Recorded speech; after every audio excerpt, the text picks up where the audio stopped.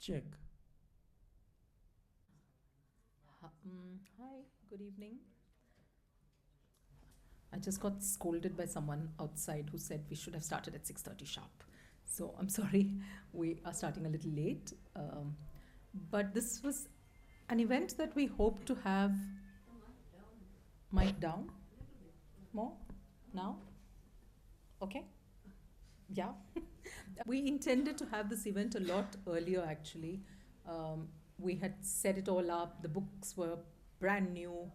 And then the whole situation with Pakistan, India, I mean, the world seemed to be going somewhere else. So at the very last moment, we had to cancel that and say, we'll do it some other day. So thankfully, it became a postponement, not a cancellation. And Maya Joshi, who had agreed then to moderate the conversation, was fortunately free again, or at least made herself free to come and be part of this event today as well. Amit was just saying he's arrived last night, so we are going to have a conversation about the books that has been delayed, but I'm very glad we're having it now. Literary activism has a different life before it comes into our lives at Westland. But essentially, I guess it remained the same, which is an enterprise that tries to go against what has become the convention, the established way of publishing and disseminating literature. We think that it is an enterprise well worth continuing, so we are hoping there'll be many, many more books that are going to come out of this. Amit will tell us more about this when he speaks about the way it's grown. But I just want to say that some of the books that have come out in this series, whether it's Arvind Krishna Mehrotra's poetry or Sunitra Gupta's Memories of Rain, a novel that was first published a few decades ago and is now being republished and brought back to readers. I think these books are perennial. I think, for instance, that by being in this list, they are not exactly the kind of books that would not get published by, say, what they call mainstream publishing. Uh, in fact, Memories of Rain was published by Grove Press a long time back. It was published in India as well.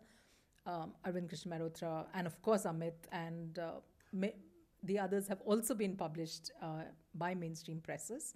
But I think when they come together in this particular way, in this very special list, I think what they do is they talk to each other differently and they talk to the reader differently from the very appearance of it, the question of similar but not quite similar, the idea that anthologies and books of ideas can sit alongside poetry, translation, fiction, the the way in which literature is presented and spoken of.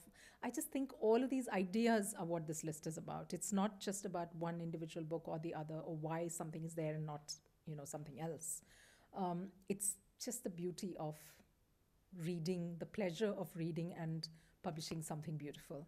That's what it's come to mean for us. And we're delighted that we have the next manuscript in, which is going to be out in December. So I hope this will be a very long term ambition that we have for these books. I'm going to invite Amit Chaudhary, who came up with literary activism and continues to sustain and nurture it and lead the books as the series editor. Ritu Menon, who has been Sunitra's editor as well, right, Ritu? Not for Memories of Rain, I think, but her last novel. So Ritu, of course, is publisher. Women Unlimited was the pioneering publisher at Kali for Women, has written, published for many, many years now. And as I said, the special thing here is that she's also Sunitra's long-term editor. Gautam Chaubey, amazing writer. I have not read the Bhojpuri translation yet, but I hope to read it. That's the one book that we've heard so much about. But I think that the Hindi to English conversation is another one we've had with Arvind Krishna Mehrotra's translations of Vinod Kumar Shukla, the treasurer of piggy banks. So I hope you will be able to bring that strand into the conversation as well today. May I request you to come onto the stage, and Maya, you will take over now and lead the conversation, moderate it. We hope you will engage in the Q&A after that. And we're going to start with little ribbons and unribboning. Come.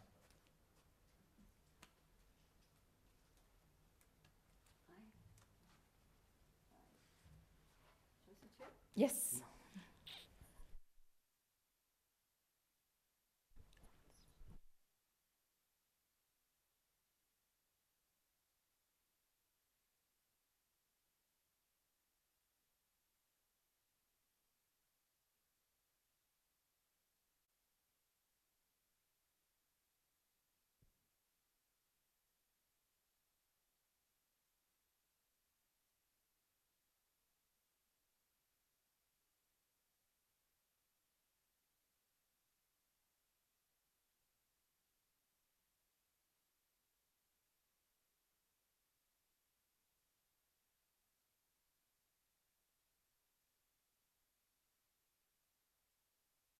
I'm glad that all of you succeeded in making it. Some people who promised that they would come have quite failed. I'm sorry, I have to riff on this. Yes, I have been riffing on it while signing books. It's demanding to be riffed on. So without further ado, since we're already starting a bit late, why don't I invite Amit to share with us the provocations, the inspirations, and the journey so far with literary activism. And of course, the volume on failing, which we are currently celebrating. Sure. This is we're celebrating this as the 10th year of literary activism, although it's actually maybe the 11th. So we started the first symposium. When I say we, I was then at the University of East Anglia. So the University of East Anglia and any Indian university, we decided to do it in India, that wished to partner with the University of East Anglia, went down this road of exploring the possibility of discussions that were, as I said right at the start, not to be heard in literary festivals or in academic conferences, and by mentioning the two polarities of the popular domain of disseminating literature and the more specialized domain, one was also taking note of the way these constituencies had not only changed but in some sense come into being. The literary festival as we know it now actually didn't exist in Vedic times or in Plato's. Difficult it might be to believe this, but that this is a fairly new post-globalization phenomenon. The Heonwai Literary Festival not only came into being, but then posited an equivalence between, let's say, writers, sportsmen, and women, and film stars. Yeah. So a particular kind of polemical argument was being made by literary festivals, and they were also arguing for a particular kind of celebration. So writers being despondent, down in the dumps, recalcitrant, or plain depressed, were not recognized. I mean, even if you saw a depressed writer, you said that they were a writer, so they must be extremely. They must be embracing this fact of being a writer, and that became a kind of hegemony within the way fiction was published. This new genre called literary fiction, and on the other hand, there was the increasing specialization of the academic field. In the 90s, the new sort of phenomenon of the PhD, the fact that you had to have a PhD in order to teach. So we were often taught by extremely interesting teachers who were writers, who did not have PhDs, who taught literature because they loved literature. They were critics besides being writers. We didn't think at that time, say in the early 1980s, that, oh, they are writers, so they should be in a creative writing department because all they can do is write. No, I mean, we knew that writers are magnificent critics. All that was changing, and by 2011, I think, some of us had enough of this.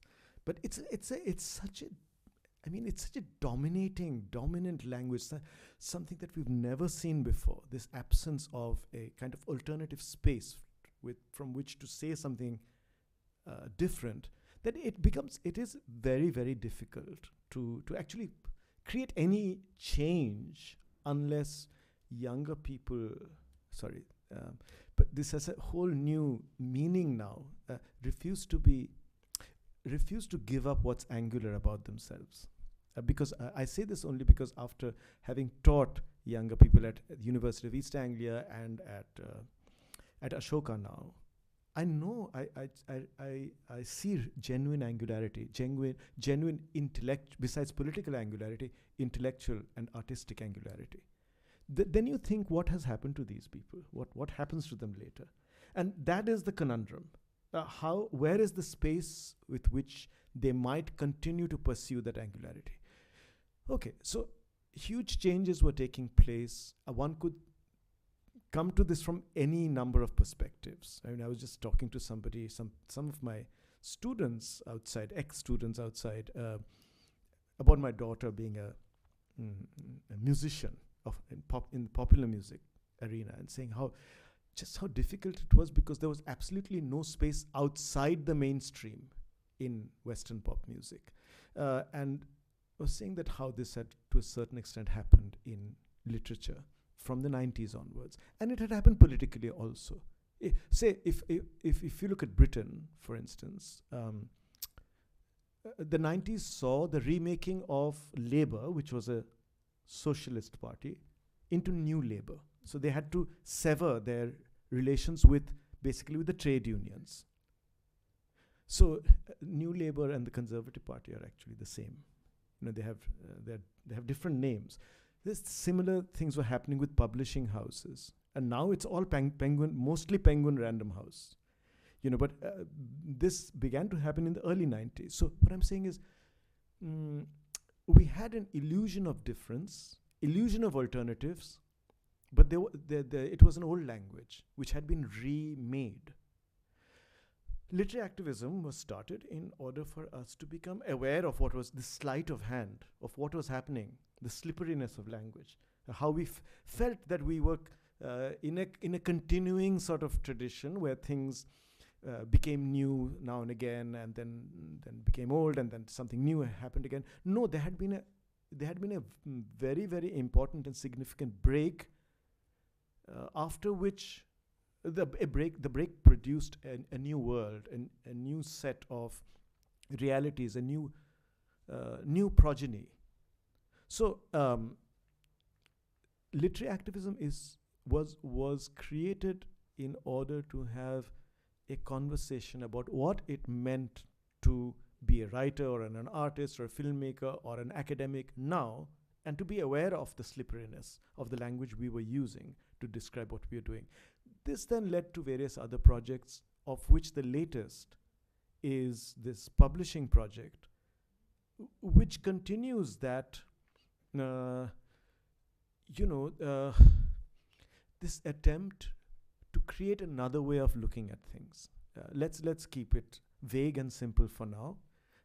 We'll come back to it. I can come back to it later. I mean, something important has been pointed out by Karthika, that it's not just about single books. We're not adding one fantastic book to another fantastic book.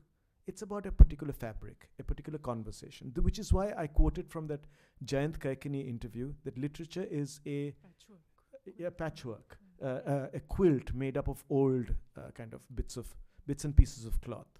So the important thing, contra, say, the Booker Prize or the kind of the way we look at things now, books now, the important thing is not the book, every year a new book. or every season a new book. It is this patchwork. Everywhere where anything vital is happening, there is a recognition of the compelling nature of this patchwork. And I think Anglophone writing finds it the most difficult to come to terms with this. I think we may still have it in other languages, but other languages are also like those students in Ashoka and UEA, that they're waiting to get co-opted into the system. You know, they are not in the system, but they're waiting to get co-opted. So we have to find, it's like anything, you have to navigate, you have to think on your feet to get out of this.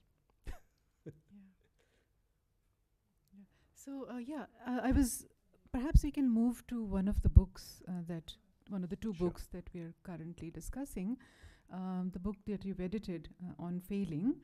And I read your very fine and very moving piece, The Intimacy Right. of Thank Failing, you.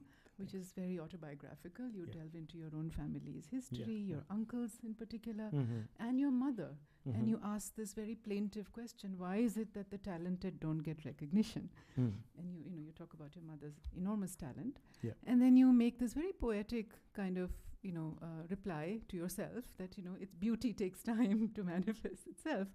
So I was wondering if that's not a rather longer trajectory. I mean, that problem is an older problem than the current one of the overtaking of the literary sphere and the academic sphere by a kind of managerial industrial attitude, which we're seeing everywhere, which homogenizes and Yeah. so on. Because you're- corporate yeah, attitude. corporatize. Yeah. But your uncle and your mother belong to an older generation, an older Absolutely. India. Yes. So what would be the dynamics of that failing? Would that be different from, what are the connections that you might make between? I mean, I would say at least in the West, but also to a great extent in India, that a lot of the most vital critical work and the most vital engagements have imaginative engagements with writing have had to do with writers who were not necessarily, I'm just leaving my mother aside for now, who were not necessarily well known in their own time, may have been actually obscure in their own time. So this whole matter of becoming belatedly aware of the importance of something is what shapes the arts. It's what shapes literature. I mean, what is well known in its own time, if we study it actually historically, we know only a very tiny segment of it survives. A larger segment maybe of what is not well known in its own time survives and becomes well known in another time. The question is whether this is a way of thinking about things that still exists. The fact that it was the job of not only critics but writers. A lot of writers that we didn't know at one time who have become since central to us has been because of other writers. For instance, just to take one example, Jibonananda Das in Bangla. Now, he is now beloved to the extent that he is taken to be the most important poet after Tagore. But in his own time, he was not a central figure. It was Buddhadev Bose and others, and especially Buddhadev Bose, who argued for his writing, and gradually he became a central figure. I genuinely believe that it is the writer's job, since the writer has come into writing because they love writing and not because they love their own writing, which is what creative writing classes encourage us to believe, that it's about your own writing. No, it's not about your own writing, it's about writing. So because we come into it because of writing, we cannot help but look at everything irrespective of success or failure. Success or failure. So it depends a lot upon writers themselves, whether they are behaving as writers, whether they are, doing everything that writers are meant to do, among which is the importance of this peculiar activity, writing itself, which is not a given. Its importance is by no means a given. We don't already know what its value is. We are at every stage, with every generation, trying to re-establish its value, and along with that, reassessing the failed projects, because they are important. And behind that, I suppose, is a kind of curiosity and a spirit of inquiry and discovery. Openness to encounters. Yes, yes. The encounter with a line from Which Jivanananda seems Das. a little too risky for most people these days. You know. Anyway, there's no permanent failure. Yeah. So you celebrate, of course, the angularity, the idiosyncrasy and eccentricity of your uncles in particular, and who were inspirational in some ways. Yeah, I think that their ability to say nonsensical things and be wrong is a very important ability. Yeah. Once it becomes very streamlined, Yeah. then I think there is a connection of between the imagination and that world of doing things incorrectly. Right. Yeah. Right. So perhaps we'll move on to Ritu. Since we're talking about literary cultures and publishing cultures and angularities, you were one of the pioneers of something which was quite angular at that moment. So how was that for you? Would you like to take us back through the journey of Kali for Women and Sunetra Gupta's work, which you have then, perhaps in the second part, you could discuss that. Thank you. Not the journey so much. It's so long ago. It's 40 years now. I'm almost at the end of a journey. But I wanted to pick up on a few things that Amit said, and also to perhaps talk about what this writing and publishing against the grain means.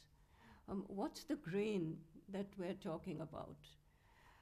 Is it convention, literary convention? Is it the marketplace? Is it form? Is it content? Is it experiment?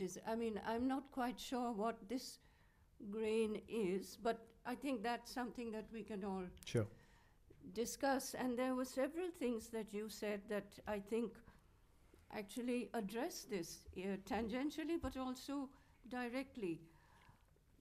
One is this business of the market and the commodification of the writer. As you said, creative writing courses encourage you to think about your own writing. In other words, you are already objectifying yourself as something that can be made, that can be taught, that can be crafted. And published, and eventually. Then published. You don't ever write today not to be published. I don't know a single young person who says, I want to be a writer, which doesn't have the subtext, before I'm 25, and then another subtext, before I get an award, and then, it's a kind of, it's a sort of career plan. Now, I'm saying that these things are all, is this going against the grain or is this going along with the grain? So there's that. There's this whole question of festivals and awards, which I won't go into now. But what I think is very important in all this is the question of visibility and invisibility. And I want to speak a little bit about that, because when we started 40 years ago as a feminist press, we couldn't have been going more against the grain if we tried.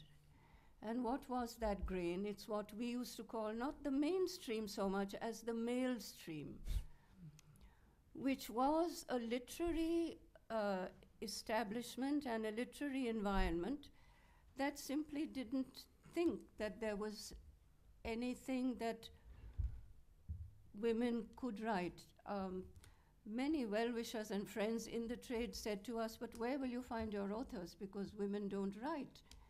And indeed, they were genuine when they said that, because what women wrote they thought wasn't either worth writing or reading about. So why would you publish it? Now, I mean, that's one kind of going against the grain.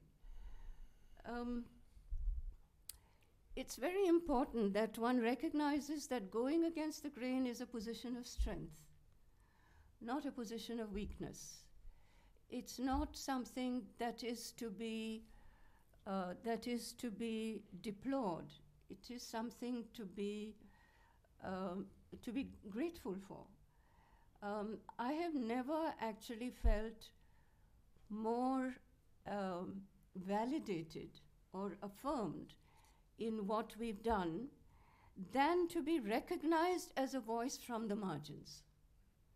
In other words, I'm really not interested in the mainstream particularly, especially this mainstream that your activism is addressing.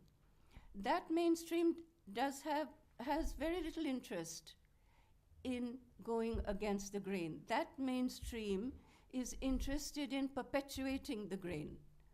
So what's my role then? And I speak not just as a publisher, but as a writer. And I can tell you, as a writer, going against the grain is a very lonely business.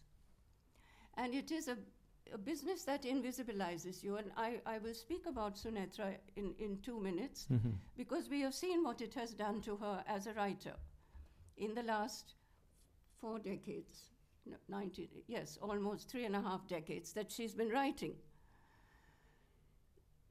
Now, where do you locate yourself then? I mean, how do you see your role, both as, I'm speaking now as publisher, but also as writer, going against the grain? And I think that the only way we can actually articulate it is to see our role as interventionary. In other words, you intervene. You intervene both as a publisher, as a literary activist, as a writer, and we hope that readers will recognize this intervention for what it is. And where are we intervening? We're obviously intervening in the society in which we live.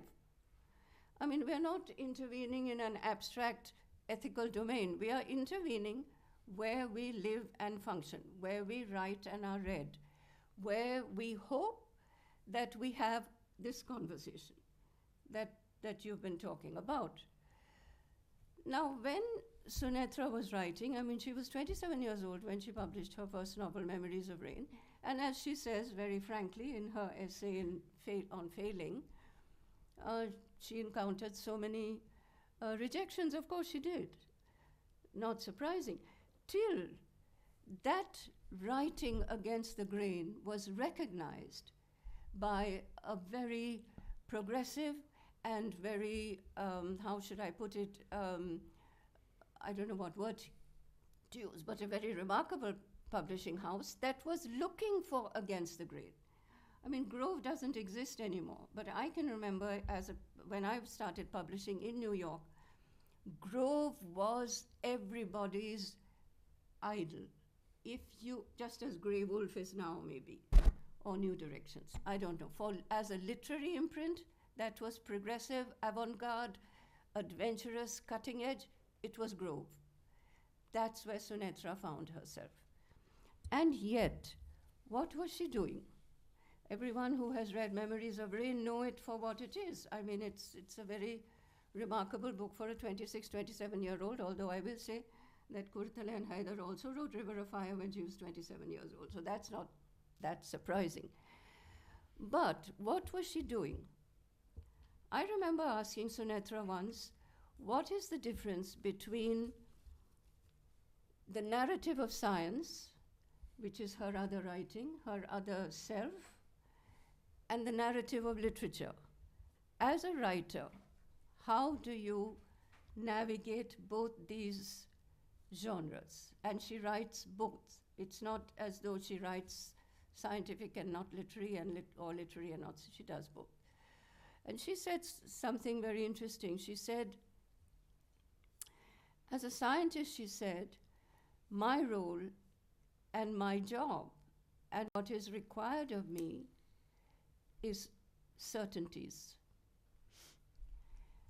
And as a literary writer, what is required of me and what is expected is ambiguity. And the two things couldn't be more disparate.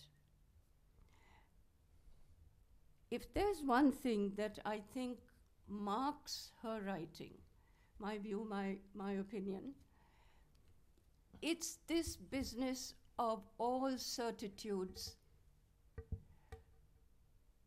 being tossed out of the window. There is no such thing. And there is no such thing in her novels. You will never find a resolution in her novels. There is no resolution. Mostly she's writing about relationships. Mostly she's writing at a very metaphorical but also a very literal level about the collision of contradictions and the collision of emotions and the collision of expectations and how relationships can form and dissolve in the blink of an eye for no known reason, no known obvious reason. Of course, there are obvious reasons. There are affairs, and there are betrayals, and there's distrust, and there's bad faith, and all of that. But actually, what she's saying is, forget certitude. What could be more courageous, more ambitious in a young writer to present in her first work this absence of resolution? I found it quite remarkable, and I find the same in her very last novel, which was published in 2009, and she hasn't published after that, although there is another novel which you have. So I'm saying this business of going against the grain, for her, actually after the first 2 or 3 novels, because she did not then find a publisher as progressive, as forward-thinking, as visionary as Grove, rendered her invisible. If there is one writer who exploded on the literary scene and then sort of receded, it's Sunetra. And I often wonder, what is it that, it's not that she hasn't been writing, she has. It's not that her work is any less supple, any less subtle, any less literary. And actually, today when you read her writing, you begin to see how thin a lot of the current writing is. How thin the fiction is, both in substance and in style. How little interest there is in going against the grain. This to me is the biggest tragedy. Where are those people who want to go against the grain? Not that they're not writing, they are writing, but their writing It's a bad phase. Frank Zappa saying in 1979, when Reagan came to power, for music, we are about to enter the dark ages, a dark age such as we've never seen before. It's a phase, it's a period. Let's hope. Let's hope. Yeah. Let's hope that's what Yeah. it is. Thank you for taking us through that journey of Kali for women, and for those very perceptive comments about Sunetra's work. In fact, it's not just the absence of resolution that strikes you. It's not, you don't have to go till the end of the novel. That note of ambivalence is struck at the very beginning, on the very first page. I called it the dance of ambivalence. This is a protagonist who's deeply divided between horror and fascination. For the city, for this white man, she's very attracted to, but there's disgust for his skin. It's a paradoxical, complex relationship, and one is really surprised at just how much capacity for disgust this young woman has, and I've tried to analyze it, and I have my own theories. The division is within herself. Absolutely. It's not just external, and it's within herself and within each of the protagonists. That's right. So that is the Yeah, yeah. is the And it's historically conditioned as well. I mean, one can go back to the history of, colonialism. This is set in Yes. Calcutta. There is that, I thought of Tagore, of course, as a running theme, but you think of not just the Tagore of the Gitanjali, not just the Tagore who sung so lyrically to the incomprehension of the white man, but also the Tagore of Gora, the Tagore of Ghare Baire, the Tagore of, the Tagore who's negotiating East and West. Because that's one of the major dynamics that is getting played out in this novel, and the fact of the post-colonial Indian existing in this kind of profound ambivalence vis-a-vis that legacy, and it's a very Bengali also novel, I thought. But I'm going to come to that brings me to you, Gautam, because it did strike me that there was a very, this is a novel of Calcutta as well, right? Calcutta is a protagonist here, and it's a very Bengali novel in that sense. I was also thinking of Nirazi Chaudhary and, a very different tradition. memories. Yeah, Yeah. a long tradition of which is very Bangla in some senses. Sunil. So here you are writing in a different register, different linguistic domain, and a different linguistic culture, perhaps literary culture. So I wanted you to reflect on this from the point of view of, of inhabiting very deeply the world of Bhojpuri, Hindi, a very different world, and how that works at the level of both publishing, because you're a writer, and your the act of translation, which is of course a very profound act, which compels you to engage with dualities and complexities and contradictions. In fact, one of the themes here is the untranslatability of culture, right? That's what one of the things that pulls them apart, the intransigence of their, rootedness. And and Kipling, of course, comes to mind, that tired line, East is East and West is West. So how have you negotiated these in your own life? And do you have any thoughts on these two books as well? That's a lot of questions, so you can take whatever works for you. And we all end up saying what we want to say, no matter what question is asked. I wanted to respond a little to writing against the grain and the idea of failing. And it seems to me that this book approaches the idea of failing as failure to belong or refusal to belong. And we see that in Radhesh Uncle and also in Chorda, who would have become an IAS officer if only he knew national anthem, if only he could. He was a brilliant poet and published in Desh and everywhere, and it's a tremendous literary flair, but and he was tipped to become an IAS officer. And one of the questions in the exam was to translate the national anthem. He couldn't remember national anthem, and so he fails to become an IAS officer. I found Ranjit Das's essay very interesting, which is a description of a poet's failure.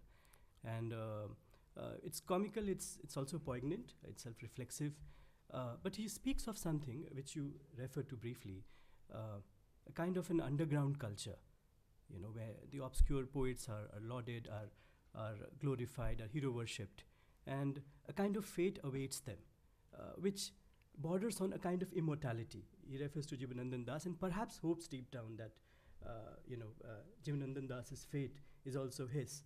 And which is a different kind of a grain. You don't like to be. In fact, he at one point in the essay says that I have this desire to be rejected by mainstream critics so that I can happily walk out of this rat race, the race to be eminent, the race to be important poet, an important voice in Bengali literature. I want to exit this race. So I want somebody to publicly pronounce my poetry as inferior so that I can happily, merrily exit this race. But it's not easy. Like I said, failure is also failure to belong to either to the mainstream or to the mainstream and also to the underground. And authors tend to move back and forth. Authors who were very prominent at one point suddenly find themselves more comfortable, more at home in the underground. And I'm thinking of Nirala, whom I translated. I translated some of his short stories and one of his novellas, Bellasur Bakriha. Vinit is here. Vinit was my editor. Now, Nirala was mainstream, but he didn't start off as a mainstream poet. In fact, he started off as a journalist who would edit and contribute to a periodical called Matwala, which literally translates as the crazy one. And he would have issues with Gandhi, he would have issues with Nehru. In fact, once Gandhi somewhere said that, show me a poet in Hindi who is of the same caliber as Tagore. And then he cornered Gandhi and said, okay, what do you mean by that question? Are you interested in the grandson of Prince Dwarkanath Thakur or do you want to somebody with his literary talent? I mean, if it's the latter, then here are my books, read them. You'll find them as good as Tagore's. But if you want me to be the grandson of Prince Dwarkanath Thakur, well, that's not who I am. And this kind of a resistance, and then he would also champion other poets. For example, he had issues with Nehru because Nehru, during one of the conventions of the Indian National Congress, forgot to mention Jaishankar Prasad, who had passed away. He wanted a kind of a motion on Jaishankar Prasad's death, and he forgot that, and he jumps into a train wagon, corners Nehru, and grills him thoroughly. But then he also found himself soon slide into this underground, and people sort of distanced themselves from him. And at one point, he was in fact driven to lunacy. He goes mad. And one of his later poems, perhaps this could be his last poem. Ashok Vajpayee was here a while ago. He would have confirmed. This is a poem called Hindi ke Sumano ke Prati, which literally translates as towards the luminaries of Hindi, the great names on Hindi. And he says that here I am, I'm the harbinger of change and newness, and I find myself sort of ostracized. He says something to the effect, मैं ही वसंत का अग्रदूत. And Vasant and the Agradut is the harbinger. Vasant has a connotation also in British romantic poetry. मैं ही वसंत का अग्रदूत, ब्राह्मण समाज में जो अछूत. So in spite of being the harbinger of change, being the proponent, somebody who wrote against the grain, who championed Hindi literature against the grain, against the dominant currents of the day, he finds himself cornered. And he in fact went mad later in his life. Recovered briefly, but he's largely remembered as a poet who was a lost cause. That's also the fate of another very prominent Hindi writer who is now prominent, somebody called Bhuvaneshwar Prasad Srivastava. Bhuvaneshwar grew up he was born in Sultanpur, and he was considered the voice of the progressive writings in Allahabad. In fact, he was handpicked by Premchand. And Premchand would publish his stories and his one-act plays, Ekaki as we call them in Hindi. And something happened. I mean, people didn't like his in fact, Nirala was one of the people who was very critical of Bhuvaneshwar, and the kind of criticism, it weighed very heavy on him, and he receded, and he disappeared. He literally disappeared. And if you go to the Wikipedia or go to Hindivi or go to any source, I think Saudamini Deo has translated Bhuvaneshwar's stories, Wolves and Other Stories. If you ask Saudamini, she would also concur. It's very difficult to ascertain as to when he died or when exactly he was born. He was very popular in the 30s. He was the star. Premchand from different platforms would proclaim him as his heir apparent, and yet it was rumored that somebody would say, "Oh, we spotted Bhuvaneshwar. He spends his nights in abandoned first-class train wagons," and then somebody spotted him on the streets of Allahabad in 1955. When a friend tried to rescue him, he resisted, and he raised it and he ran away. And then later in his life, sometimes in 57, somebody spotted him on the ghats of Varanasi, the Shashwamedh Ghat. So there are these writers who once were the mainstream, now, or in their own lifetimes, receded and went back, primarily because they chose to write against the grain. Largely because of that, and now their legacies are being revived, which is also kind of an activism. I mean, you republishing Sunitra Gupta's book, Penguin Publishing, Nirala.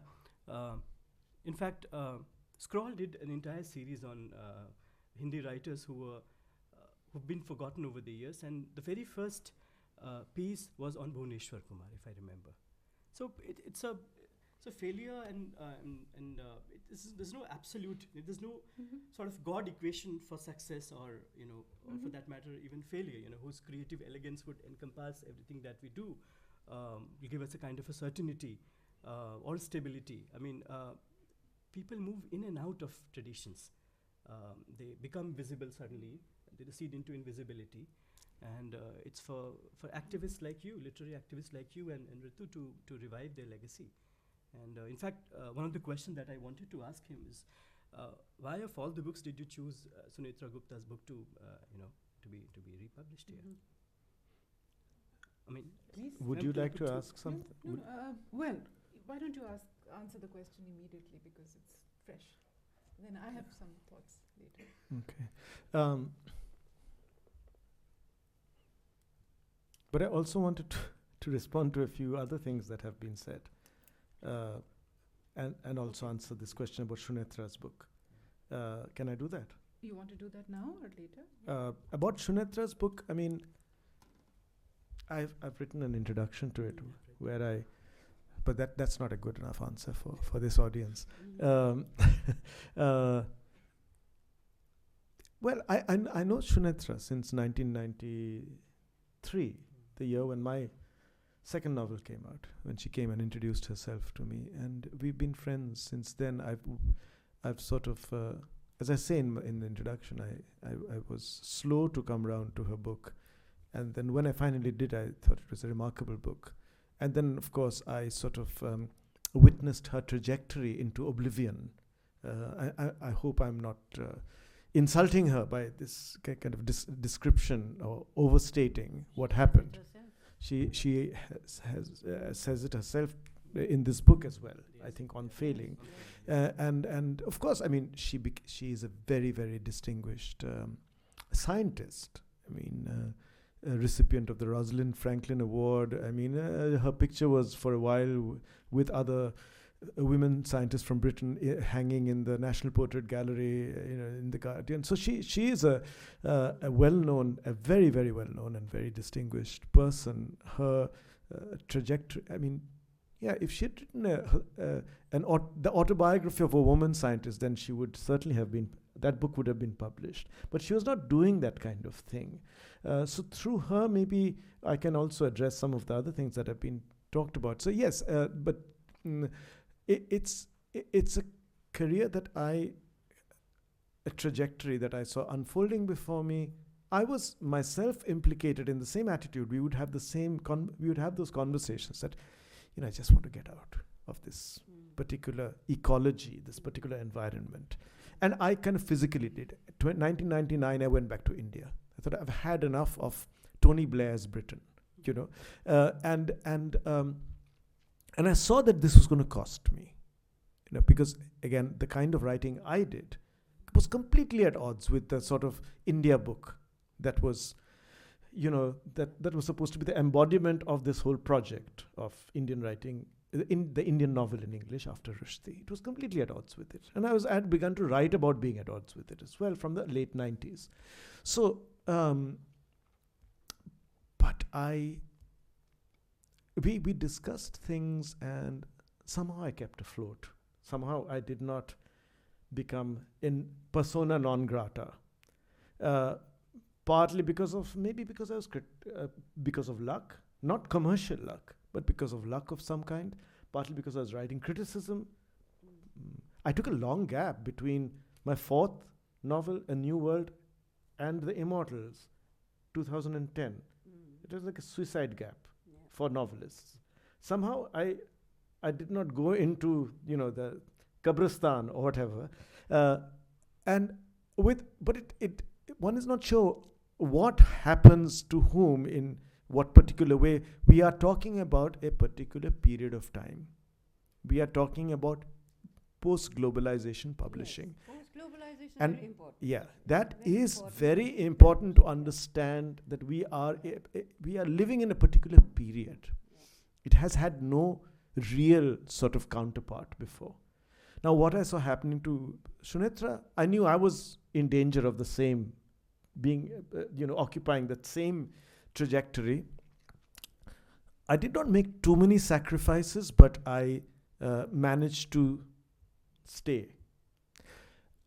I saw her even as she was writing remarkable novels, like A Sin of Color, for instance, a remarkable novel, just struggling to find a publisher. Yeah. And here, the question of invisibility that you brought up, the fact that life today is a form of survival. There is no other form of life, whether it's for you in the audience or Elon Musk. That's why he has not only does he own Twitter, but he has a Twitter account. It's the reason he has a Twitter account. Yeah, X. Now called X. So, the invisible person does not exist. There is no there is no negative spiritual trajectory. Before the globalized world, we are talking about a negative spiritual reality for the fallen, for the failed. Whatever they may not have, they have this. Today, the only way that might play out is if I say, well, I couldn't get into that anthology because it was being edited by a right-wing person, and my piece was, too politically uncomfortable. To have, now we're still at this place. It may not be like this tomorrow. We're still at this place where to have ruffled those feathers and to have been erased in that anthology for which I was too politically problematic is a badge of honor. That's the only place where that kind of elision might be a badge of honor. Every other kind of elision, commercial elision, is not a badge of honor. It was a badge of honor at one time. It was part of a spiritual trajectory. It no longer is. It means nothing. It means absolutely nothing. So you have to, not succeed. You have to be visible. Visible means, you're eating something, you're thanking somebody, or whatever. Any aspect of your existence proves that you're still there. And whether you are writing for the New York Review of Books or whether you're posting something about what you had for dinner, these are all examples of a statement going out. I exist. It doesn't matter what you're doing. It could be the NYRB essay or the picture about the pasta for dinner that you cooked. These are all statements in this new world where existence is visibility, that I exist. This is very different from an earlier demarcated world where the pasta for dinner and the NYRB essay mean two completely different things. They're part of different value systems. Here, everything is a mark of survival. We are surviving. We survive. And those we don't know as good as not surviving. And for those who do not survive, for the recluses, there is no spiritual aura. Yeah. That is the difference with the pre-globalization world. Now, having known this, having come to become aware of these things, one is still, trying to have a conversation, and one is sure that there are cracks. There are cracks in this edifice. Cracks which will enable this conversation, enable us to bring these books together. Memories of Rain is therefore, it's a book that I admire. It's a remarkable book. It occupies a particular moment of time, 1992. Of course, I would want to publish it if I had the chance. And, the partnership between Ashoka and West End gives me the chance to do this. Thank you for, those comments. It's interesting that you use the word spiritual, because I was toying with that myself. At one point, I forget where exactly, you talk about how this is not, the embrace of failure as a badge of honor and the celebration of the eccentricity of your members of your family. Somewhere along the line, you say that this is not transcendental. No. Yeah? Yeah, I reject that idea of... Yeah. So because when you go back to the longer history of the embrace of failure or the rejection of worldly success, you go back to the renunciant tradition. You go back to, But there are plenty of arguments against the... of course, of course. So that's what I found interesting, that you have that tradition. You have, the bhikshuni, for instance, or the bhikshu, or the fakir, the Sufi. There's a whole tradition of the embrace of failure as a badge of spiritual honor. However, you take a detour and you go into a slightly more Epicurean version of it. If I may. Epicurean. Secular Epicurean. Or the sensuous and the secular spirituality, which rejects certain things, but not the embrace of the world. Yeah. Tagore, in his poem uh, one of his poems says, "Boiragyo sadhone mukti সেই পথ আমার নয়." You know, the liberation through renunciation, that path is not for me. Mm-hmm. And then he celebrates this other path, which is spiritual. But it's not, it's world embracing. Yeah. It goes back to the Buddha, I think, because he's deeply sort of interested in the Buddha. I mean, you would know better, but you know, our interpretations of the Buddha, and that moment where the Buddha says, "I will not undergo any further austerities." Yeah. You know, this is an astonishing intellectual intervention. Mm-hmm. Before that, it's, you know, like somebody was saying to me the other day, a student of mine at UEA, talking about another student of mine at UEA, both of them interested in Buddhism, and one having become a practicing Buddhist. They're English people, you know, and this guy saying, but you know, he approaches it like an athlete would approach a track event. He's preparing for it, you know. West. So from morning till at a certain point of time, he's preparing to go into this kind of state or whatever. So we agree that intentionality is not what Buddha is talking about, because he in effect rejects hatha yoga.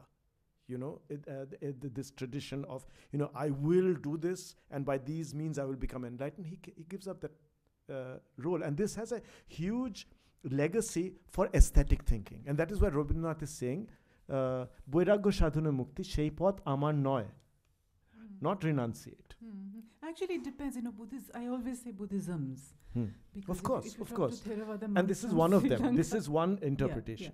Yeah. So that's a wonderful one, and that's been, you know, it really conforms to the Mahayana and the Vajrayana traditions, which actively embrace the world and the sensuous, and you know, sort of use the senses, actually. The senses are essential instead of being rejected and suppressed.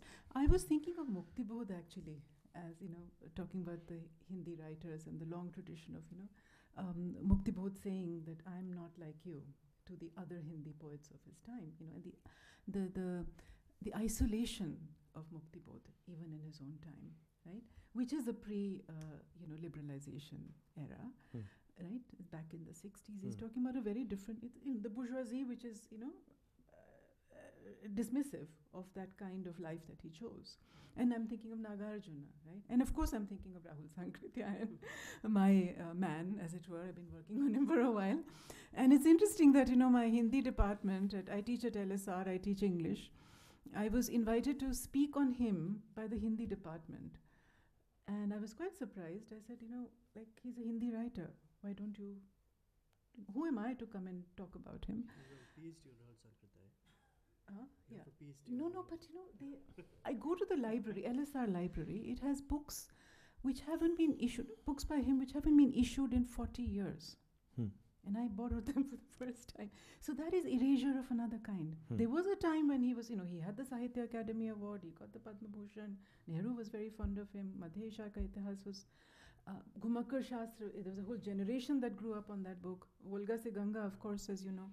But he has been erased from Hindi departments, you know. And of course that has to do with ideology, I think, a good deal, you know, and the fact that he was disconcerting in his views for, you know, that constituency. But Maya, if I may just quickly, I mean, I remember this person, Hindi poet, contemporary Hindi poet, Vivek Shukl, who is also the Prime Minister, Pradhan Mantri of Nagari Pracharni Sabha. I mean, that's the designation given to whoever leads the organization. He spoke and quite elegantly and quite convincingly that Hindi kavita avasad ki kavita hai. That this poetry is poetry of loss and of pain, and that remains the dominant tone. You know, whoever disagrees with it, it's not the term that they often use is well.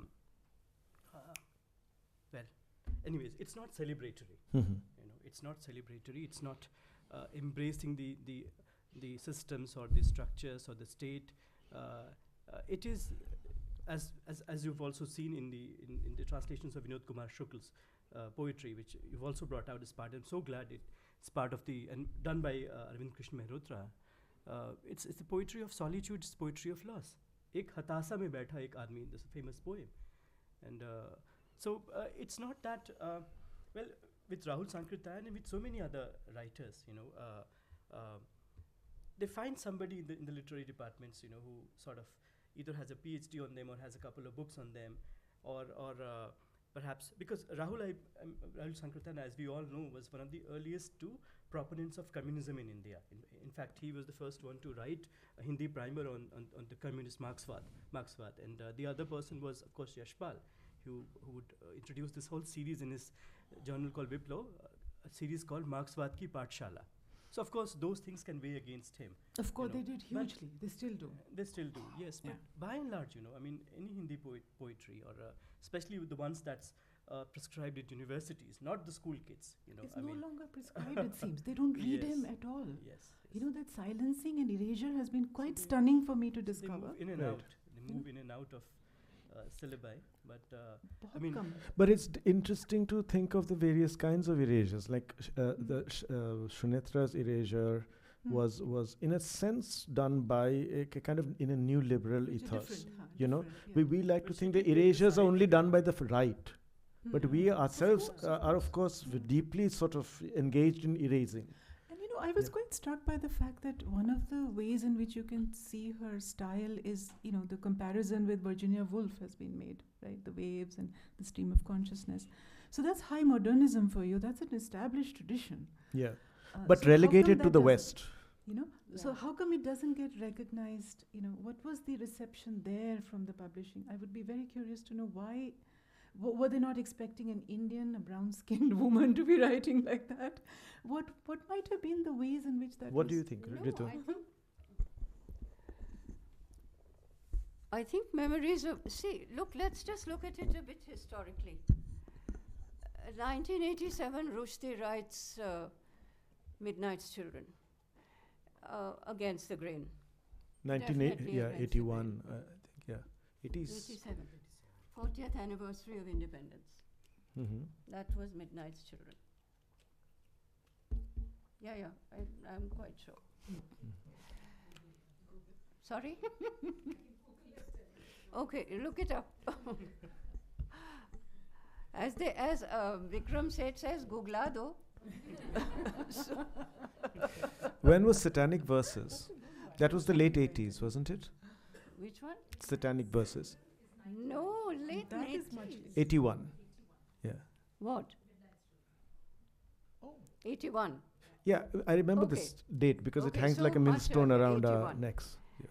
And 1997 was God of Small Things. That's Yes? true. That's true. 97, Yeah. 50th anniversary. Okay. Also against the grain. Here is Sunetra writing in 1992, 1 year after globalization. 1991 is taken to be the marker for globalization, neoliberalism, etc., etc., etc. And here is this young woman who's writing. This business of Virginia Woolf having for all time occupied that stream of consciousness, which in any case had already been done by James Joyce. So why does no one ever say, Woolf was following James Joyce? No, because she was a woman. And she was the first woman to be using it in Mrs. Dalloway and, et cetera, et cetera. We won't go into that. But Memories of Rain was very well received. It's not that it wasn't recognized for Got what the she Science was Academy. doing. That is here, but That's it was here. very well received outside the country as well. I mean, she doesn't live here. She lives in England. She lives and works there. It was extremely well received there as well, but not as well as if she had been a white male. This is a fact. This is a fact. There's no getting away from that. Because, let's face it, by the time Arundhati Roy arrives on the scene, a whole other complex of factors comes into play in judging a work. A whole lot of other factors are evident, and they are very often the creation of a publicity and marketing and not social media as you see it today, but a very, very active marketing and publicity machine. And it is a it is a very deliberate promotion and profiling of an author. This definitely begins with, here she, post Arundhati, and I will say this with complete frankness, post Arundhati, very difficult for a woman writer, a young woman writer living in England, publishing with a British publishing house, to get any visibility if she doesn't tick several boxes. I remember, and this business of visibility, I remember you become a representative. You represent a particular idea of a particular place and of what you should be writing about it. I remember asking Kamila Shamsi, who was producing one novel after another, within a space of 2 years, each novel within a space of 2 years. And I asked her once, I said, why are you doing this with such rapidity? She said, my publisher has said to me that if you don't remain in the literary marketplace, those are the words, if you don't remain in the literary marketplace, you will become invisible. That's exactly what happened to Sunetra. And she has a good reason for it. She has another life. She has another vocation. She's not a full-time writer. There are very few who are. So this question of visibility and invisibility is a very oppressive one. It oppresses writers, not just the young writers today who are terribly oppressed by it, because if they are not visible on social media and they don't have 1 million followers and they are not being shared and liked and whatever, as you say, they don't exist. But I'm saying they may not exist as people, but they certainly don't exist as writers. I'm speaking now about myself as a writer, and the first question I'm asked, because I don't always publish myself, I am published by mainstream big publishers, so-called. The first thing they ask me is, can you get an influencer to endorse your book? And I'm thinking, I've spent 40 years of my life doing a particular kind of writing and publishing. That's what has been my raison d'etre, if you like. I've made a difference. There's absolutely no denying that fact. I've made a difference through what I write and what I publish. And this very well-meaning person, my age, not a young publicist, not a young social media person, an editor my age is saying to me, can you get an influencer to endorse your book? And I'm saying no. This is a mentally youthful person. She says, mentally. No, this is a survivor. Okay. This is a survivor. No, but I can confirm what Kamila said, in the sense that, yes, I mean, our publishers used to say it at the beginning of the 2000s, that, you have to produce a novel every 2 years, which is why I didn't produce one for another 10 years. So the activism begins in what you do, See, the Or question not do. is, or not Amit, do, no. or not do. The problem is that, and this is a problem for all of us to consider, and it is something that is very real.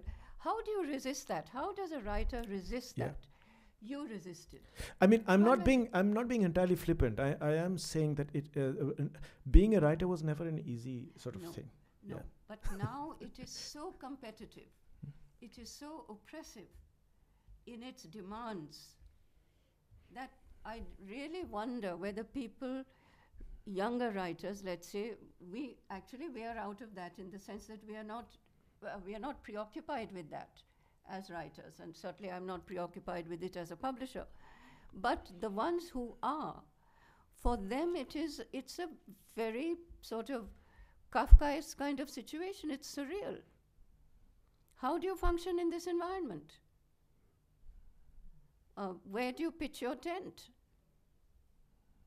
When Raghu Karnad got the Wyndham Campbell, and after his first novel, which did quite well, not novel, his first book, let's say, which was sort of not quite autobiography, but certainly a family history. We were sitting at lunch and he said to me, what do you think? How long should I wait before I produce another book? I said, Raghu, are you asking me as a publisher or as a friend? He said, no, as a publisher. I said, do you have anything to say? He said, what do you mean? I said, you had a great deal to say in your first book because you were mining a very family history, which had a very real and a very deep motivation for you. Do you have anything to say like that now? He said, I don't know. I said, listen, the fact that you can write is not in doubt. No one is doubting your ability and your talent and your capacity to write. That's not at issue. So why are you doing it if you don't have anything to say right now? I'm very happy to say that it's 10 years since that conversation took place. And he has not written another book. But it takes great strength to resist that. It does, because in the meantime, who remembers Raghu Karnad? If it weren't for his occasional New Yorker articles, who would remember him? It's a serious concern. And yet he's being cloned. If you go to AI, you will find 3 Raghu Karnads. You don't know who the real man is. I think, yeah. I think we should leave some time for questions, audience, yeah. because we have to wrap up, I think, by 8. So we've got about 5 minutes. And I think there are people who would love to interact and come back. Yeah. Do you want to use a mic? Or can I? Actually, I already have these 2, so maybe they can sell them. Keep them. Sorry, please go ahead. We talked a bit about visibility. Professor's essay also talks about Can't hear. educated friends, friendship, and while it is easy to sort of I think Ritu wants you to speak into the mic. Yeah. No, they need to the remove mic. it. Hello, is that okay? Yeah. Yeah, so we talked a bit about visibility, and it's funny and it's easy to differentiate between forms of visibility as, say, an essay, a peer-reviewed essay, and then something like a pasta picture. And that sort of, the cracks you talked about also imply an imperative to find those cracks. And it's slightly easy to find those cracks if the demand is like an influencer endorsement. This influencer doesn't know you, they probably don't read. But what do you do with more sticky stuff? And I want to bring up friendship. Friendship remains an institution that is beautiful. No one is going to disavow friendship, but friendship is also where a lot of visibility comes from. I know some of the best essay ideas I've had is sometimes when I've been hanging out with professors and not necessarily in the classroom. So many people that publish against the grains are now dear, dear friends, and that is extremely genuine as a place. But then when that sort of produces more visibility, it's slightly difficult to examine or find the cracks because it's a beautiful institution than, say, something not privately owned like the classroom or the publishing space or the books, but something that is so privately owned and protected as who you choose to love. How do you sort of critically examine that if you're talking about structures of visibility? I think that's meant for you. No, Ritu? For me. I don't know. You I'm briefly not- hinted at I think in the introduction Huh. about how the educated Indians, Huh. their friends are not obscure. No, never. Yeah, so perhaps you're the right candidate to respond to that. I mean, I didn't quite understand the question. The institution of friendship you're talking about? Simply that there is this sort of imperative to see what visibilizes and what invisibilizes, and there's also this And doing that through social media friendships, is that? Friendship. Citation. Just friendships. so much of visibility comes from friendships. You might not be publishing, but you might be eating pasta with a famous writer as a writer. Okay, That's so that, fine. yeah, that's a valid point. I think Yeah, I think that's a very valid point, and I would say that friendships are important in literary history. Friendships that happen because of the work have to be distinguished from friends who like each other's work as a kind of transaction. And although we would not think such a mentality of transactionality to be possible, it is now an everyday reality. While at the same time, this needs to be distinguished from the fact that a lot of writers have become friends through their work, through commonalities of interest in a milieu with which they do not have that much in common. That is this other space.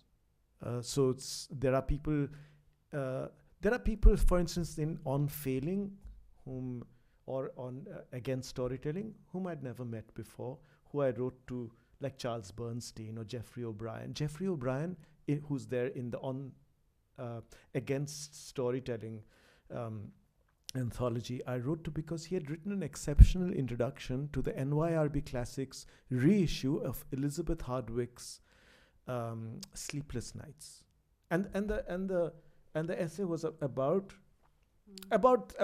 the sort of the kind of work that works without story, and had made a marvelous case for such a work. And when I read that essay, I thought, okay, let me get in touch with this person. And he agreed to come. So of course, if he'd asked for a business class, or or there are writers, it's possible for all of us to do this. Get in touch with me via my agent. So we are talking about an openness, which would allow us to become alert to the possibility of these cracks. Okay, so Charles Bernstein, because I read a piece, an essay he'd written, something 90 points on retirement, which was an extraordinary essay, and I got in touch with him. Again, he said, okay, I'd love to come, and this was completely anomalous. And on the other hand, there is Aravind Krishna Mehrotra, whom I've known for years, and we know each other well because we occupy a certain commonality of ground and have a similar sort of relationship with the milieu around us, So, but friendships that are not actual friendships, but are, I don't want to be crass, but friendships of transactionality, of which there are a lot, do not, the ones where you promote somebody because they promote you, that has become a new normal, actually, and maybe they need to exist. I don't know. Somebody will theorize about them, or write a poem about them, and tell us why they need to exist. But we are now talking about friendships between misfits, and that I think is very important. And when we are talking about cracks, we are talking. Why do we look for cracks, or why do we look for anything? Why should I become interested in Indian literature, which is a misnomer anyway, or German literature, or why is Tagore interested in, say, a German writer he cannot properly understand, Heine, for instance? It's because part of the reason is dissatisfaction with the milieu. One thing we were told as Indian writers in English is we're a team, like a cricket team of some kind. We also got photographed by the New Yorker, etc. So, but we often you have much more in common with somebody who writes in another language or somebody who's dead. So this is why you become alert to the cracks. But you have to be alert to the cracks. If you're not alert to the cracks, I fear that that the compulsion to survive is so strong in a very, very precarious world right now. Precarity informs everything from top to bottom. Everything. If the compulsion, the primary compulsion is therefore to survive that precarity, then I don't know if one has that time in which to become aware that there is an interesting crack there towards which I can gravitate. But it is very important for somebody like you or the younger people over here not to just be conscientious citizens, but to be alert to these cracks if they are of any importance to you, not rationalize them away. Sorry to offer unsolicited advice. But at the same time, on a very lighter note, getting photographed with famous people may not amount to anything. I think I read this report some time back. The 90s, a photo album was discovered in a scrapyard, and there was this lady photographed with all the famous A-listers in Hollywood, and the identity of the lady remains uncertain to date. So, so it may not amount to anything, but at the same time, the kind of groups Amit was referring to is very common in say, Hindi publishing or in Bhojpuri publishing, perhaps even in Bangla publishing, smaller groups with ideologies clearly properly aligned. And in fact, in the case of, because I also come from the Bhojpuri belt, it's caste-based in the Bhojpuri world, so you have Brahmins. For example, the book that I translated, Fulsungi, deals with the life of somebody who's a Brahmin, a famous folk poet, Mahendra Mishra, but the book was written by a caste. So Brahmin tells me that you chose the wrong book to translate. I mean, you should have picked, because there are many versions of the book. So he said you should have picked up the Brahmin's version of the story. There's another version of the story told by a man called Ramnath Pandey. So Pandey, being a Brahmin, so said, you being a Brahmin should have chosen Ramnath Pandey's version of Mahendra Mishra's story instead of a caste's version of that story. So there are all kinds of groups that are in place. Point, but it would never have occurred to me. Right. Yeah. Anyway, yeah. So you went against the grain. I mean, it in occurred to choosing. me when I said, fine, I mean, but then again, you have to look for friendships, like I said, cracks. And I mean, there are writers I write to. For example, I wrote to Amitabh Ghosh. I didn't go through his agent. I sent an email to him years back, and we exchanged emails. And now he was writing something on the opium trade, the smoke and ashes in that book, and he's written a great deal on Fulsungi in that book, and he asked me for the Bhojpuri original as well. So I mean, there are these cracks and then these possibilities where you have people outside the group as you see them with shared interest, and you can always communicate and gravitate towards them and collaborate on some projects. So it's not all that dark and grim. I wasn't sure if you were asking for advice on that. We've But we given have to advice give to it. anyone. So Because then I think you were pointing to something else, right? A kind of nexus that can. Yes. And there's Yeah. another. Tarun has a question. Yeah, Tarun. Tarun, please. Friendship is a kinder word. Yeah.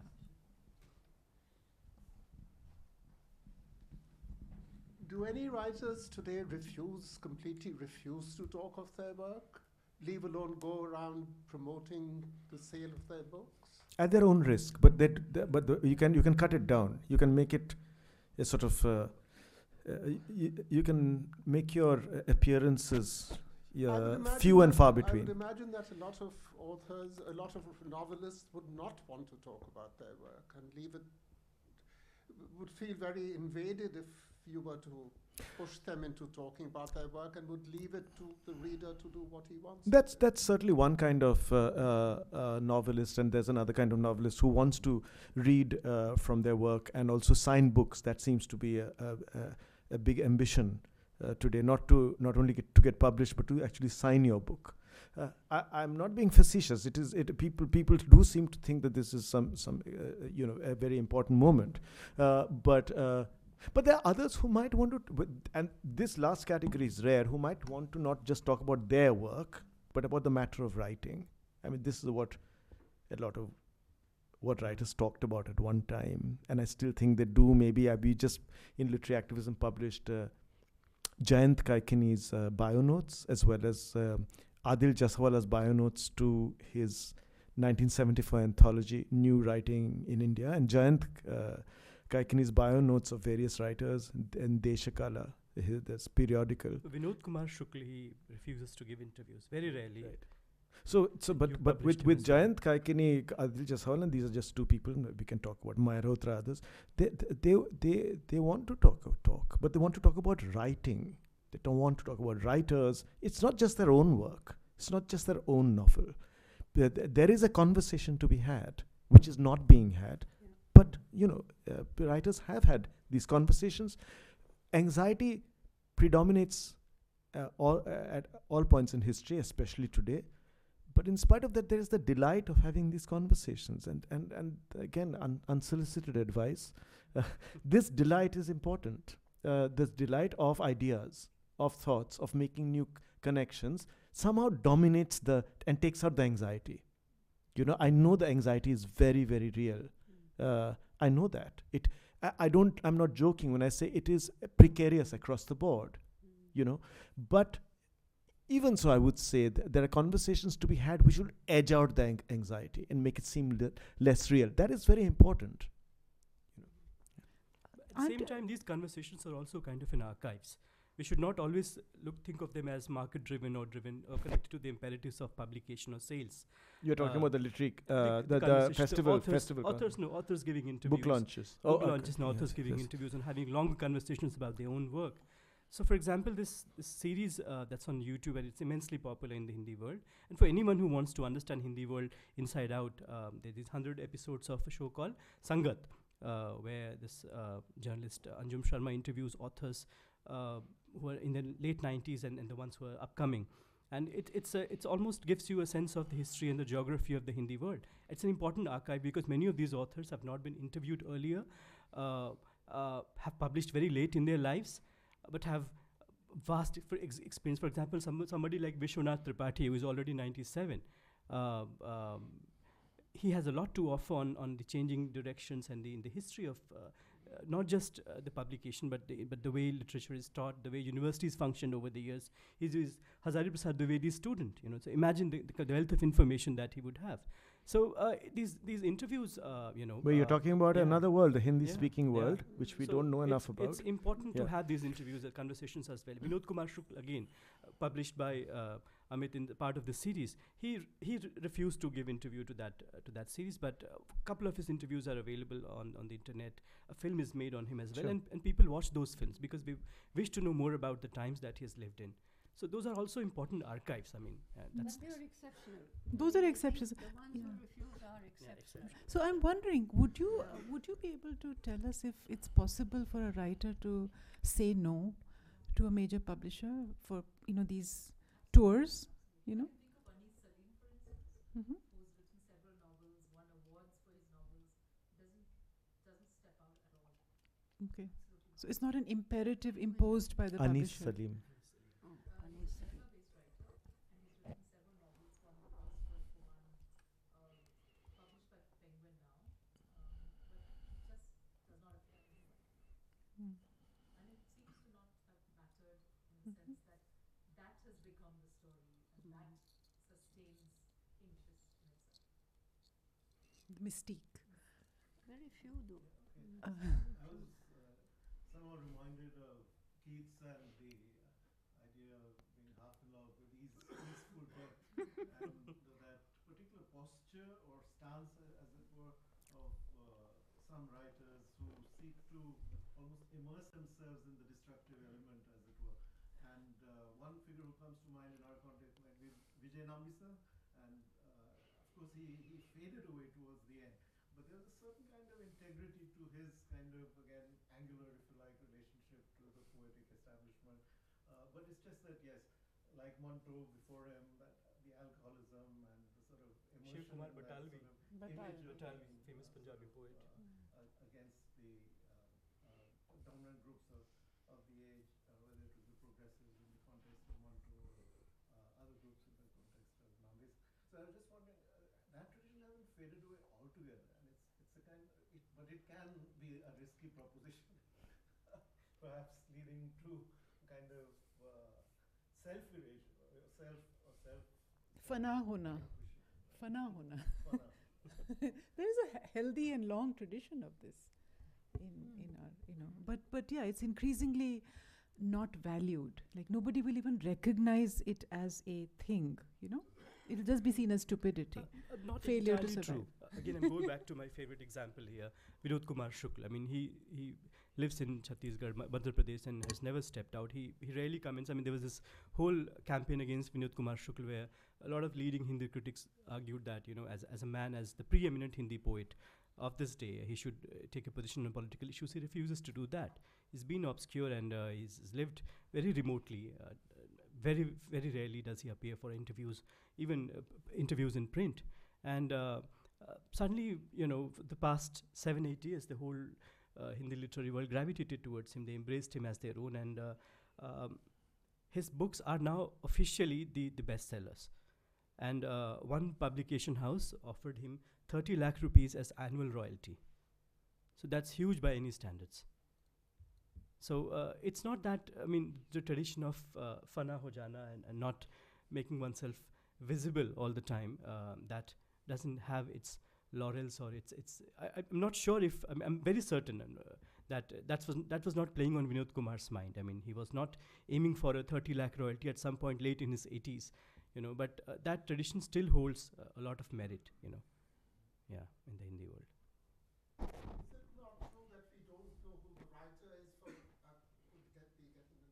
Elena Ferrante's novels on Italy?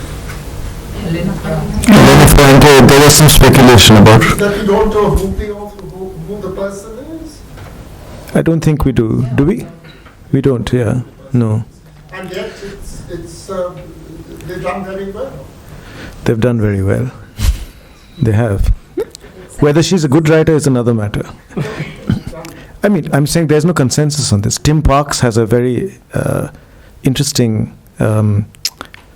essay in his column. He's a very distinguished English novelist, Tim Parks, and also a translator, a very, very good translator from Italian. And he's not entirely sold on, not sold is not the right word, convinced by Ferrante's writing. So one should put that into the mix as well, that well-known, unknown, but what about the writing? What do we say about the writing? And the less we know about the fabric from which it comes, which is Italian writing, the less we know about the writing. If it's just Elena Ferrante, her books, my brilliant friend, or this, that, and the other, then we do not actually engage. We don't engage. We can only engage if something opens up, and then these questions of, what is this person's writing like in comparison to that Italian writer or that Italian writer or that precursor? She has written about it. She has written about why she chooses to remain unknown. There's a whole book that has come out. It's called Frantomalia, in which she exchanges letters with her publishers. Her Italian publishers, are the only people who know who she is. But the letters that she is exchanged with them are public. And she has written at length about why she will not even appear to accept an award. And it's a very rational and very, it's a very persuasive reason that she gives. Yeah. So it's not that she's completely averse to making herself known. She just doesn't want to be public. Until the writing itself is a persuasive phenomenon to other writers. Let me put it very crudely, and I may be wrong over here. I'm willing to be wrong. Unless it is of use to other writers, today or tomorrow. It's not going to have or open up a culture, and the first writers it will be or not be used to will be the Italian writers themselves, who will be engaging or not engaging with her work. Anything that survives from today into the next 50 years will be because of writers in this language we are writing in. Other writers will have to be interested in that writing. It doesn't matter what Naipaul's politics are. if, let's say, an Indian or an English or an African writer continues, oddly enough, despite his politics, to be interested in his writing, or somebody like Knausgaard say that, what he did with Enigma of Arrival is very, very important for the emergence of this thing which is now blandly called autofiction. Unless those moves happen, those writers are not going to be around. It doesn't matter what you and I say. The whole question of whether somebody is unknown or known is a side question. It doesn't matter to me whether Elena Ferrante is known or unknown or how many people know her. It is whether, as Pound said about Whitman, can we do business? The business is not the transactional Instagram post about each other, but for something to open up in terms of my writing, your writing, as we read and think about other writing or other traditions. Other traditions is an important player over here. There's no point in, and this is the model we now inherited. Somebody gets a Booker Prize. Okay, fine. That means the Indian novel in English is flourishing. Let's say it's an Indian person. Now suddenly something called the Man Booker International has come to exist. Somebody in Hindi gets a Booker Prize. Somebody in Kannada gets a Booker Prize. Okay. Oh, Kannada writing is very good. Oh, Hindi writing is excellent.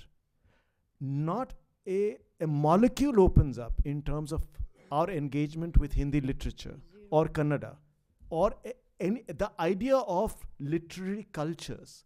Not a molecule opens up. And so we must reject this. We must reject this way of thinking. I'm sorry, I have to be blunt. I may be wrong, but I feel this strongly. No, I think we've been quite blunt today on this panel,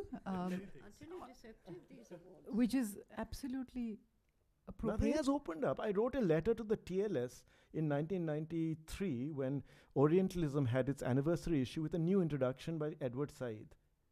And in that letter, after which Pankaj and Ram Guha wrote to me, they introduced themselves to me. We've been reading you, but we really like this letter.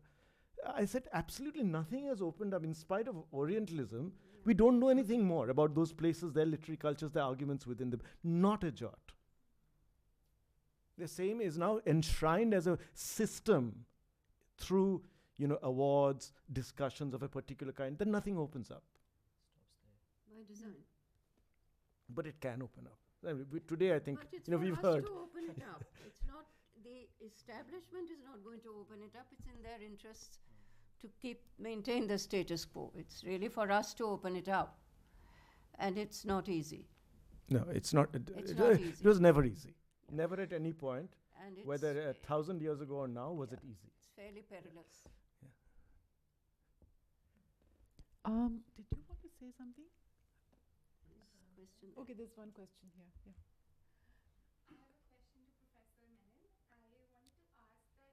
You'll have to raise your voice.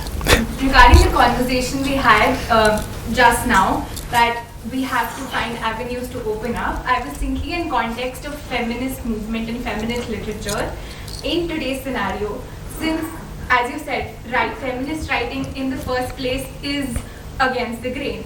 But then when you also factor in politics and the way that women are writing, a lot of them are still giving into a certain with the grain. So Yes, been co-opted completely. Co-opted, yeah. So where do you see feminist writing within the scope of writing against? As of now, it's, as you say, it's a phase. But as of now, it's dead. Except some critical writing that's being done. Very little worldwide. Very little. And there's one very major reason for that, and that is there's the decline of the movement. There's no movement. This is a direct consequence of the politics of the last 30 years. So as long as there is no movement which actually gives the energy, and that's precisely why all of us survived, because there was a movement worldwide. I'm talking of internationalism, not multinational, international. It's a very different thing. Without that, it is not possible for any resistance or any crack to open up. It is a very deliberate, conscious, deliberated activism, which is why I'm glad that Amit continues to use that term. But the question is, All activism is difficult without a community. Whether it's feminist or it's caste or it's Dalit or it's Orientalist or it's whatever. Or misfits. Community of misfits. That's another Community of misfits. There has to be that community. And of course, feminist writing completely co-opted by the male stream. And I have always said that women choose to be published by the mainstream for the same reasons that they get married, which is stability, security, and survival. And the sad thing is that they get that neither in marriage nor in the mainstream. Same with men. This is a sorry story, actually. Same with men? They get married for the same reason? I mean, stability, security, we are getting status. No. Son-in-law status. That's the main thing. Well, to be sons-in-law. Yeah. Did you want to say something? We should wrap it up. Yes. Very quickly, please, because the message has come that we have to wrap up.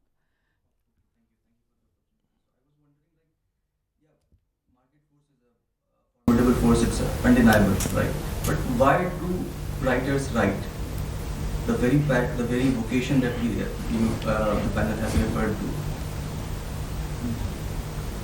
I mean, what about the existential dimension of writing? As Rituma rightly pointed out, do you have something to say? Absolutely. Writers, we don't know why we write. This is why we need to talk about it and not talk about our writing or our latest novel. It is a conundrum. Why we write, it is a mystery.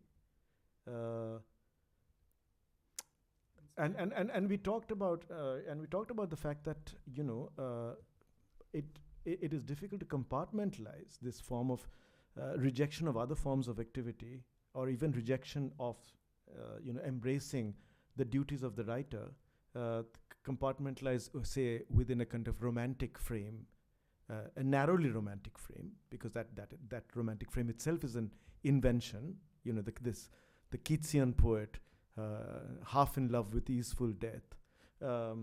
Because on the other hand, you still have, even in Keats and and certainly in the Romantics and many other writers, that what drives them is this embrace of the world that we were talking about earlier. Boiragyo sadhone mukti, she pot amar noy.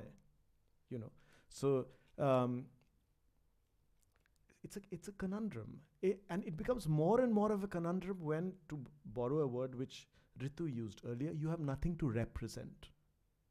As long as you keep doing something which has completely no meaning, but somebody else thinks, well, this represents something.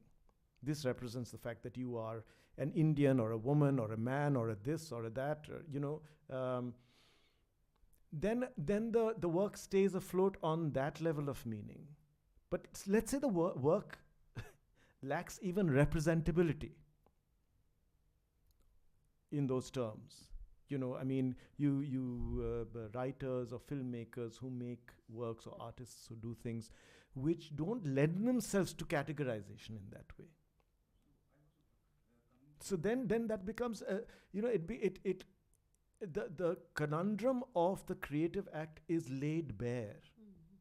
You're confronted, without any mediation of the fact that it might be representing this or that, or some kind of meaning. It is laid bare, and yet it has meaning for you, but not meaning that is mediated through those categories. So that is why we need to talk about these things in a way to always address this kind of mystery of what we're doing, which needs readdressing, because at every point of time, the language which we use, whether it's a visual or a verbal language, is the product of the history now. And we have to again move through it to again go to that weird form of action. Do you see what I'm saying? I have a question for you. When does anyone become a writer? No. Why? Everybody writes something or the other. Everyone is always writing something or the other. When do you become a writer? No, it's a question worth pausing over. I remember Nayantara Sehgal saying to me, I'm someone who writes, but I'm not a writer.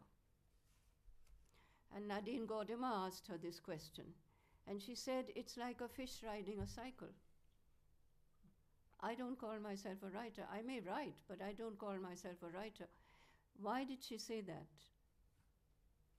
A woman who has written about 10 novels already, by the time Nadine Gordimer asks her this question. Why do you think she said that? I don't know. I mean, I'm just saying that here is a question that is being... That's a wonderful statement she made. I mean, that's a very moving statement. Yeah, so I'm saying that I'm always a bit sort of startled when somebody who has actually never written anything other than a blog says, I'm a writer. No, it's a fairly common thing. I'm not being dismissive. I'm saying that this is a very commonly stated self-identification. But when do you actually become that thing? It's not obvious.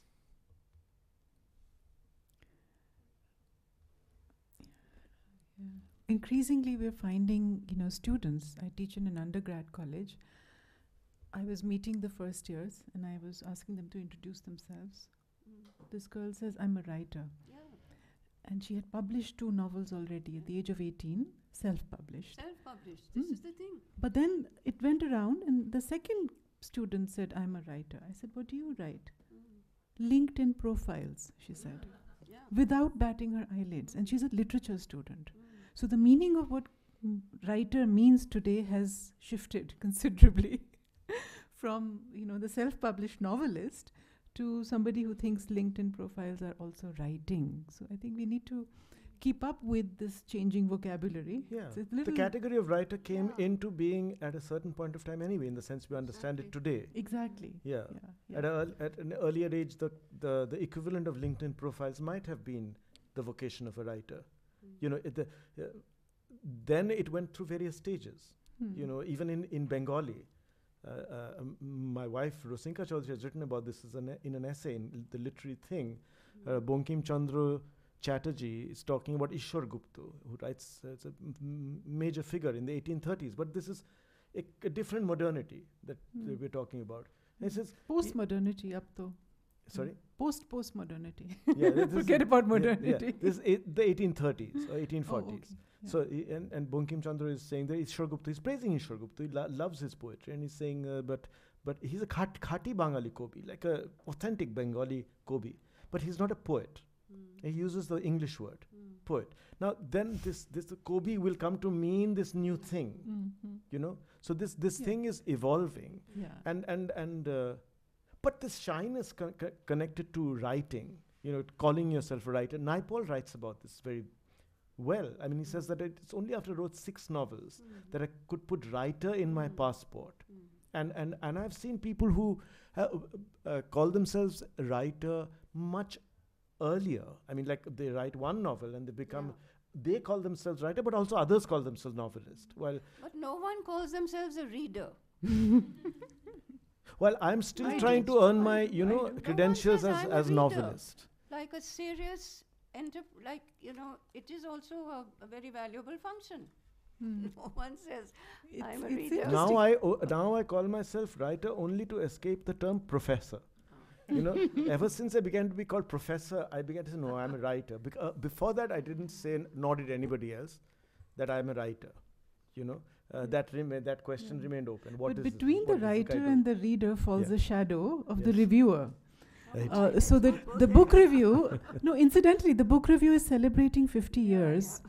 In 2 weeks from now, we'll have something here at the IIC, at which I'm also expected to speak on the act of reviewing, and reflect on how that constitutes a certain, I hope you'll be as blunt as you have been today. No.